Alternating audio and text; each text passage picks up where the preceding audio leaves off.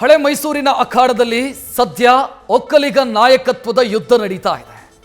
ದಳಪತಿಗಳ ವಿರುದ್ಧ ಮೊದಲ ಬಾರಿ ಡಿಕೆ ಶಿವಕುಮಾರ್ ನೇರ ಅಟ್ಯಾಕ್ ಮಾಡ್ತಾ ಇದ್ದಾರೆ.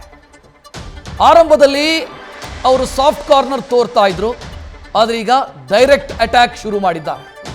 ಕುಮಾರಸ್ವಾಮಿ ಅವರ ವಿರುದ್ಧ ನೇರ ಯುದ್ಧಕ್ಕಿಳಿದಿದ್ದಾರೆ ಡಿಕೆ ಶಿವಕುಮಾರ್. 2 ದಶಕಗಳ ಬಳಿಕ ದಳಪತಿಗಳ ವಿರುದ್ಧ ತೀವ್ರ ವಾಗ್ದಾಳಿಯನ್ನ ಡಿಕೆಶಿ ನಡೆಸೋದಕ್ಕೆ ಶುರು ಮಾಡಿದ್ದಾರೆ. ಮೊದಲೆಲ್ಲ ಒಂದು ಸ್ವಲ್ಪ ಸಾಫ್ಟ್ ಕಾರ್ನರ್ ತೋರಿಸ್ತಾ ಇದ್ರು, ನನ್ನ ಸಹೋದರರು ಅನ್ನೋ ರೀತಿಯಲ್ಲಿ ಡಿಕೆ ಶಿವಕುಮಾರ್ ಅವರ ಹೇಳಿಕೆ ಇರ್ತಾ ಇತ್ತು.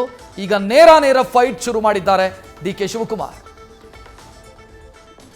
ಈ ಬಗ್ಗೆ ಹೆಚ್ಚಿನ ಡೀಟೇಲ್ ನೀಡೋದಕ್ಕೆ ನಮ್ಮ ಪ್ರತಿನಿಧಿ ಹರೀಶ್ ಫೋನ್ ಸಂಪರ್ಕದಲ್ಲಿ. ಹರೀಶ್, ಡಿಕೆ ಶಿವಕುಮಾರ್ ಒಂದು 2-3 ತಿಂಗಳಿಗೆ ಹಿಂದಕ್ಕೆ ನಾವು ಹೋದ್ರೆ ಮಾತನಾಡುವಾಗ ಕುಮಾರಸ್ವಾಮಿ ಅವರ ಬಗ್ಗೆ ಒಂದು ಸ್ವಲ್ಪ ಸಾಫ್ಟ್ ಕಾರ್ನರ್ ಇರ್ತಾ ಇತ್ತು, ನನ್ನ ಬ್ರದರ್ ಅನ್ನೋ ರೀತಿಯಲ್ಲಿ ಮಾತನಾಡ್ತಾ ಇದ್ರು. ಆದರೆ ಕಳೆದ ಕೆಲ ದಿನಗಳಿಂದ ನೋಡ್ತಾ ಇದ್ದೀವಿ, ಬಹಳ ಅಗ್ರೆಸಿವ್ ಆಗಿ ಅಟ್ಯಾಕ್ ಮಾಡ್ತಾ ಇದ್ದಾರೆ. ಏನಿದಕ್ಕೆ ಕಾರಣ ಏನು?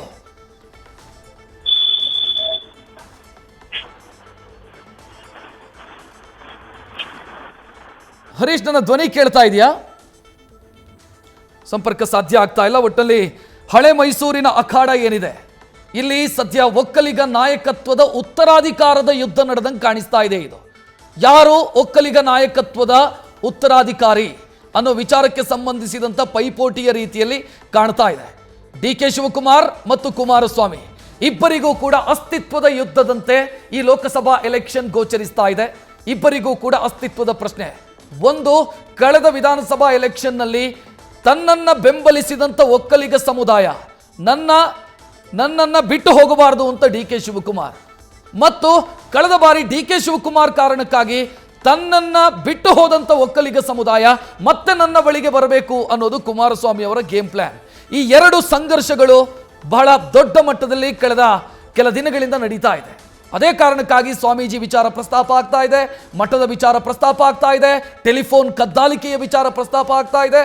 ಎಲ್ಲಿವರೆಗೆ ಅಂತಂದ್ರೆ D K Shivakumar reverse screenplay ಶುರು ಮಾಡಿದ್ದಾರೆ. ಅಂದ್ರೆ ಫ್ಲಾಶ್ ಬ್ಯಾಕಿಗೆ ಹೋಗಿ ಹಳೆಯ ಕಥೆಗಳನ್ನು ಕೆದಕಿ ಕುಮಾರಸ್ವಾಮಿ ಅವರಿಗೆ ತಿರುಗೇಟು ಕೊಡೋದು ಅಥವಾ ಕುಮಾರಸ್ವಾಮಿ ಅವರ ವಿರುದ್ಧ ಆರೋಪ ಮಾಡೋದು, ಇದನ್ನು ಮಾಡ್ತಾ ಇದ್ದಾರೆ.